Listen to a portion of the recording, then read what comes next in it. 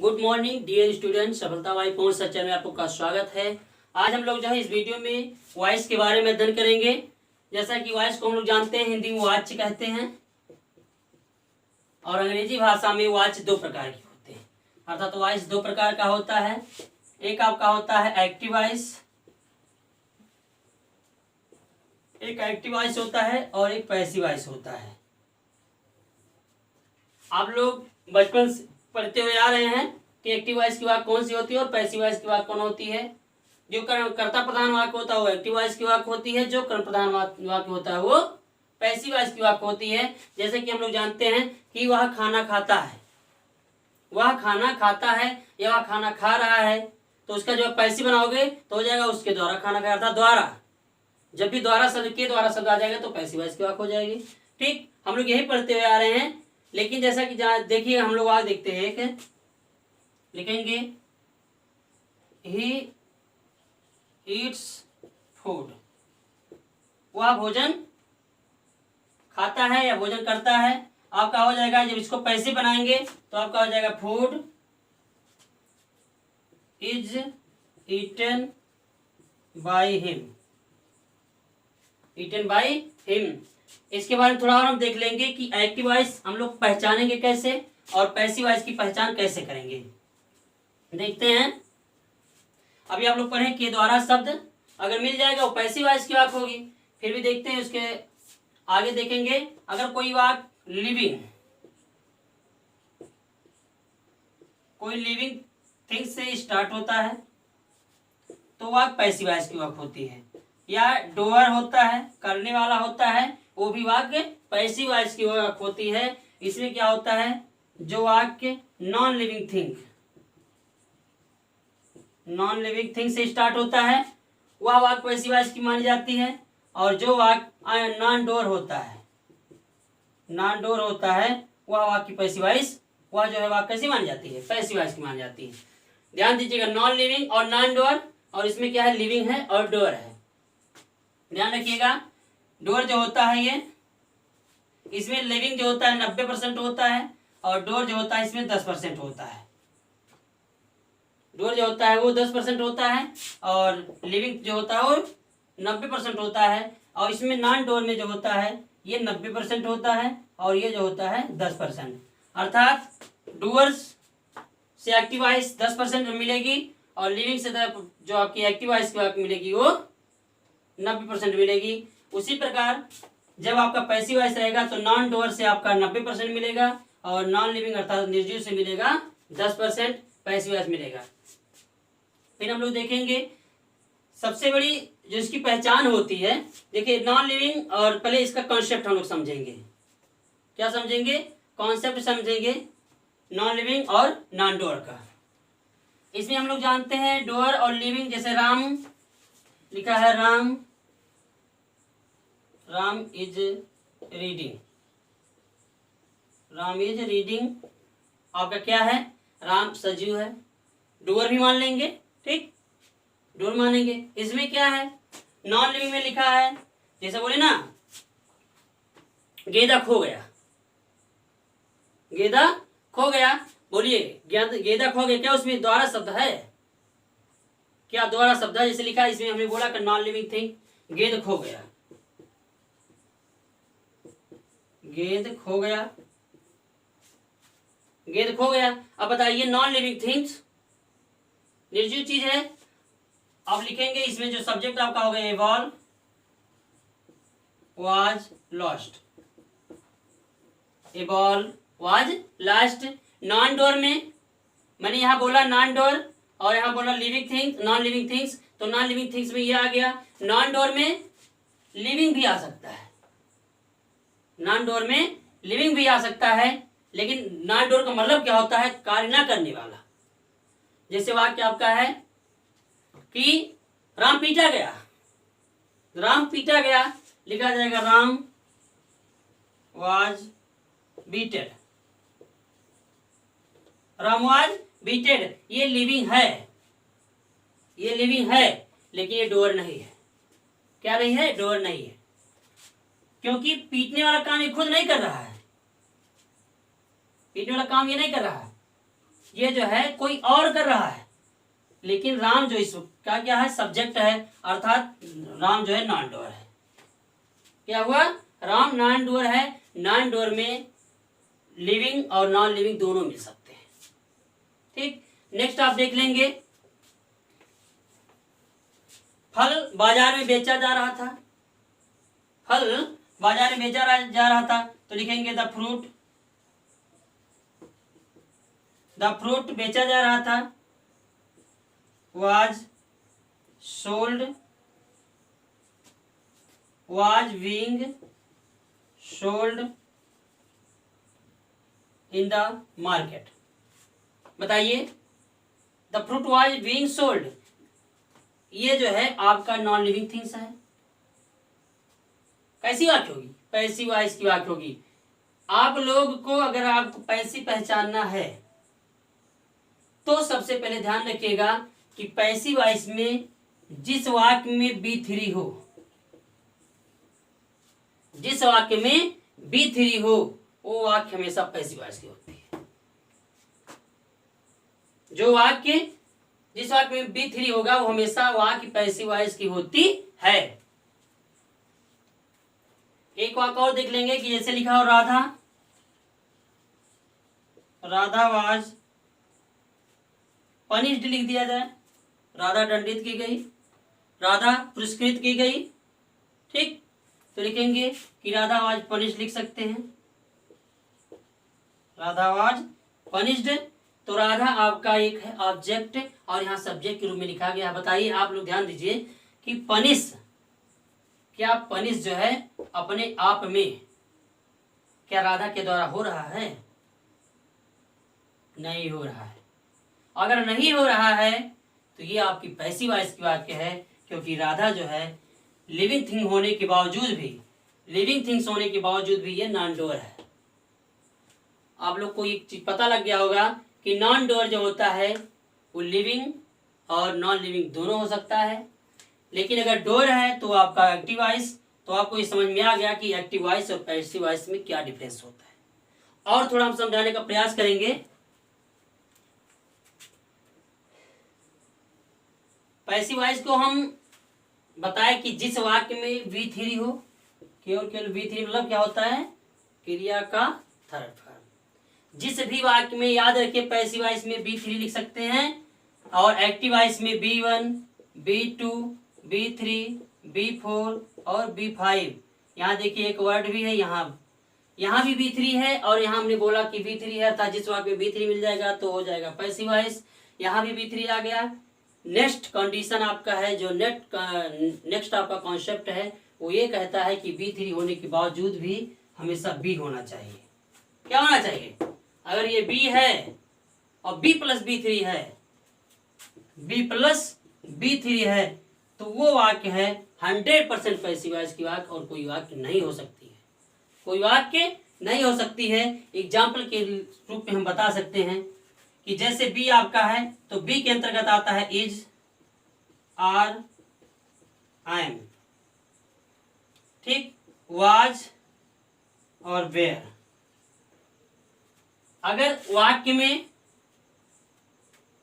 Is, are, am, was, were खुद आ जाएगा बी मतलब बीन आ जाएगा या बीइंग आ जाएगा, रहेगा ना वहां पर।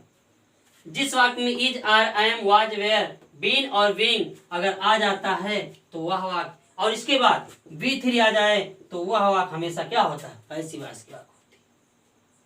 आपको समझ में आ गया होगा कि पैसिव वॉइस की वाक्य की पहचान आप कैसे करेंगे। जिस वाक्य में B3 पा जाएंगे वह वाक्य हमेशा पैसिव वॉइस का रहेगा। नेक्स्ट कॉन्सेप्ट में आप समझेंगे कि is, are, am, was, were, been या बीइंग अर्थात बी का रूप रहने पर वह वाक्य होता है पैसिव वॉइस का वाक्य होता है, अगर B3 है तो। अब हम लोग देखेंगे कि पैसिव वॉइस को एक्टिव वॉइस को पैसिव वॉइस में बनाते कैसे हैं। अब ये आपका है ट्रेलर, अभी पूरा पिक्चर बाकी है, देखना मत भूलिएगा। एक्टिव वॉइस का जो रूल्स होता है, एक्टिव वॉइस का जो रूल्स होता है, सबसे पहले लिखा जाता है सब्जेक्ट, इसके बाद लिखा जाता है हेल्पिंग वर्ब। क्या लिखते हैं? हेल्पिंग वर्ब लिखेंगे या यहाँ लिख सकते हैं आपका वर्ब, क्यों लिख सकते हैं वर्ब, क्या लिख सकते हैं, इसके बाद ऑब्जेक्ट लिखा जाता है और इसके बाद एनी वर्ड, आपका कोई भी वर्ड आ सकता, कॉम्प्लीमेंट आ सकता है, तो कोई भी अदर वर्ड में आ सकता है, कोई भी अदर वर्ड आ सकता है। और इसको जब हम पैसिव बनाते हैं,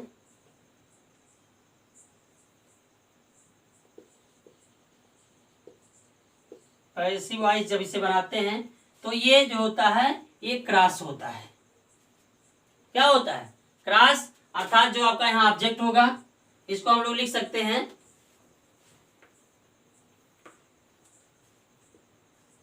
यहाँ बी, और इस पर ऑब्जेक्ट लिखेंगे।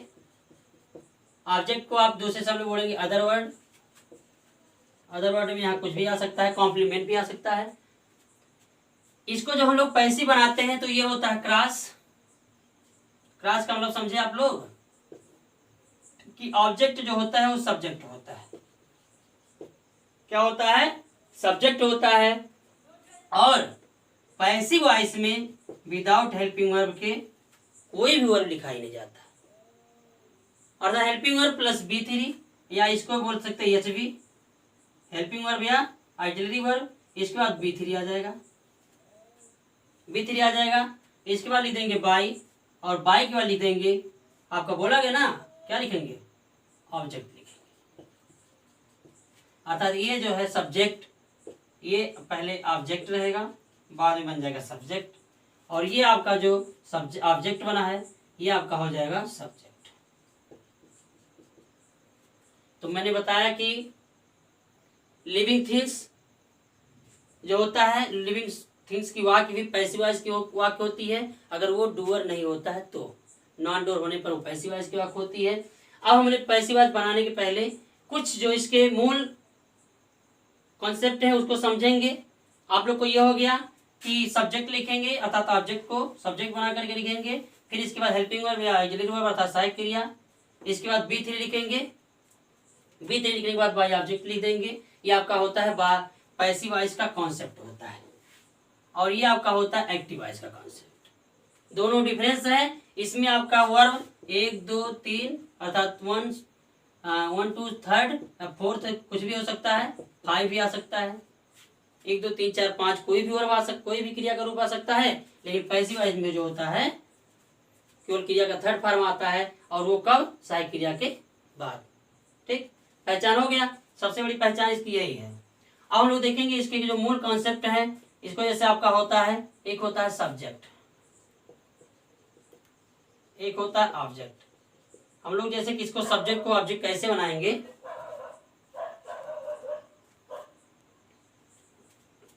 सब्जेक्ट को ऑब्जेक्ट बनाएंगे। आई का, अगर आई सब्जेक्ट है तो इसका ऑब्जेक्ट हो जाएगा मी। अगर आपका सब्जेक्ट वी है तो इसका हो जाएगा अस। यू है तो यू ही रहेगा। ही है तो हिम हो जाएगा। और सी है तो हर हो जाएगा।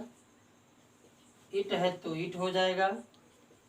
दे है तो देम हो जाएगा। ठीक, इस तरह आप लोग लिखेंगे सब्जेक्टिव केस और ऑब्जेक्टिव केस में। अर्थात बी अगर ऑब्जेक्ट रहता है तो उसे सब्जेक्ट में आई बनाते हैं, आई अगर सब्जेक्ट रहता है तो उसे बी में मी में क्या बनाते हैं? ऑब्जेक्ट बनाते हैं। इस कंसेप्ट को समझते हुए हम लोग आगे बढ़ते हैं। जैसा कि आप लोग जानते हैं कि पैसिव वॉइस में जो होता है वाक्य बोला बहुत ही जाता है, बहुत सारे वाक्य बोले जाते हैं। जैसे बोला जाए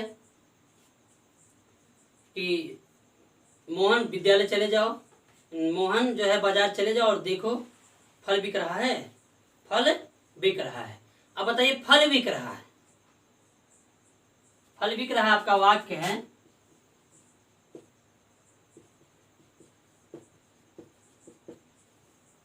फल बिकेगा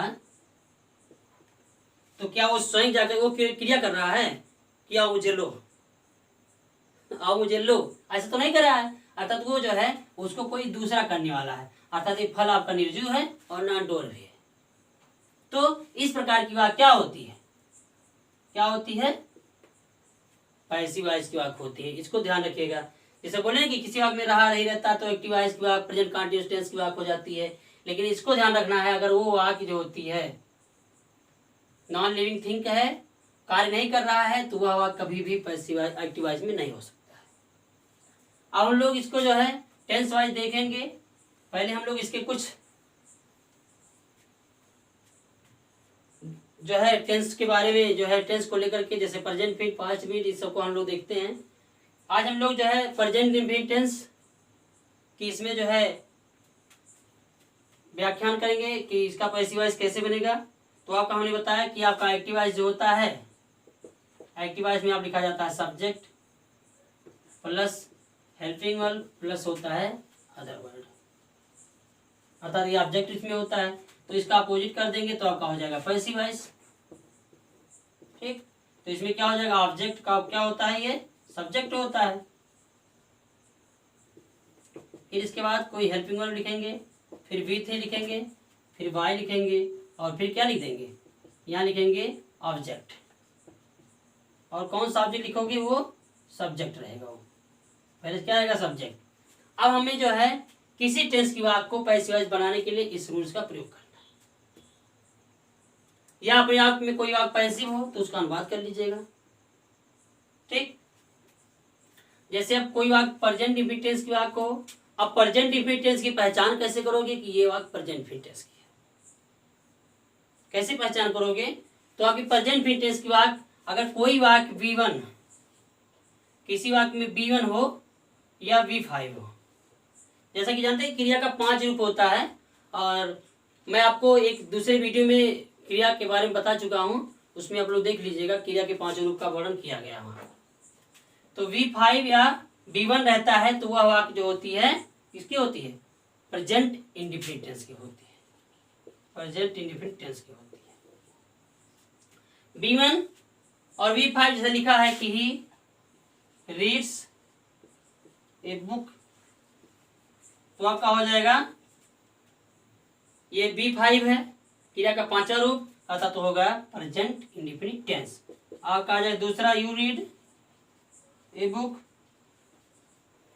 तो आपका ये हो जाएगा किस टेंस की वाक्य, प्रेजेंट इंडेफिनिट टेंस की वाक्य। इसमें B1 है, इसमें B5 है, अर्थात जिस वाक्य में, जिस क्रिया के अंत में यस या यस लगा रहता है वो B5 होता है, क्रिया का 5वां रूप होता है। एक पहचान हो गया। में डज या डू नॉट रहता है, अर्थात डज और डू का अगर प्रयोग है तो वह वाक्य भी प्रेजेंट इंडेफिनिट टेंस की वाक्य होती है, लेकिन निगेटिव में होती है। जैसे डज नॉट होता है, लिखा हो कि ही does not read a book, और इसमें लिखा हो ही do not read a book, इस प्रकार हो गया। इंट्रोगेटिव में भी आ सकता है, डज पहले आ सकता है, डू पहले आ सकता है, कर्ता के अनुसार, जो कर्ता के अनुसार ही डू डज का प्रयोग होता है। और इसमें जो होता है, जब कर्ता का वचन आता है तो डज लिख देते हैं, कर्ता वचन रहता है तो डू लिख देते हैं, वाक्य में क्वेश्चन मार्क लगा देते हैं, इंट्रोगेटिव होता है। अब हम लोग इसको पैसिव सीख रहे हैं, इंट्रोगेटिव नहीं। इंट्रोगेटिव में, पैसिव में क्या करेंगे कि इसमें जो होता है उसका ऑब्जेक्ट, ये बोले ना, कोई वाक्य जैसे लिखा है कि he reads a book, you read a book, तो लिखेंगे, देखो यहाँ क्या गया, सब्जेक्ट को ऑब्जेक्ट और ऑब्जेक्ट को सब्जेक्ट बना देंगे, तो आपका ऑब्जेक्ट है ए बुक, ए बुक। इसमें क्या होता है, जो प्रेजेंट इंडेफिनिट टेंस की जो पैसिव वॉइस होती है उसमें क्या होता है कि सबसे पहले जो ऑब्जेक्ट को सब्जेक्ट लिखते हैं, फिर इसके बाद लिखेंगे इसमें अकॉर्डिंग टू सब्जेक्ट जो है is are I am, is are I am, इसके बाद लिख देंगे V3, फिर लिखेंगे कोई अदर वर्ड बचा रहेगा उसको लिख देंगे, फिर बाय लिख देंगे, और बाय लिखने के बाद आप लिखोगे ऑब्जेक्ट। ठीक, अब इसको हम जैसे बनाते हैं, कोई वाक्य लिखा है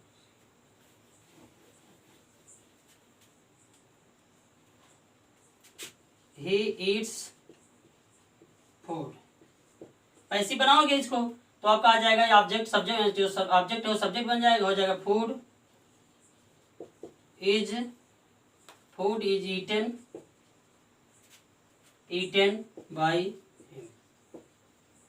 ठीक, इस प्रकार हो जाएगा। अगर ये वाक्य निगेटिव रहेगा तो यहाँ नॉट लिख देंगे, जैसे मान लो he does not eats food हो तो क्या लिख दोगे, food is not eaten by him. दूसरा वाक्य लिखा हो कि आई टीच हिम, मैं उसे पढ़ाता हूँ, आपका बन जाएगा ही इज टॉट बाय मी। हमने बोला कि बी के अंतर्गत आता है इज आर और एम, इनके बाद V3 आ जाएगा तो तुरंत समझ लीजिए पैसिव वॉइस की वाक्य। अब इसको जो है यहाँ इज टॉट और यहाँ इज ईटन पैसिव वॉइस दर्शा रहा है। ठीक, अर्थात जिस वाक्य में क्रिया इज आ रहे हैं आज वेर के बाद V3 आ जाएगा तो पैसिव वॉइस की वाक्य हो जाएगी। इस प्रकार प्रेजेंट इंडेफिनिट की पैसिव वॉइस बनेगी। ठीक, एग्जाम्पल जैसे आपका है they play A ball in the field. They play A ball in the field, करता क्रिया है इसमें नहीं क्योंकि प्रेजेंट इंडेफिनिट की वाक्य है। B1 है, ए बॉल आपका हो जाएगा ऑब्जेक्ट। इज प्लेड और इन द फील्ड, इसको जो कुछ भी वर्ड लिखा है उसको लिख सकते हैं in the field. In the field लिख करके लिख देंगे बाय देम। ये आपका हो जाएगा पैसिव वॉइस की टेंस की passive voice, present indefinite tense की।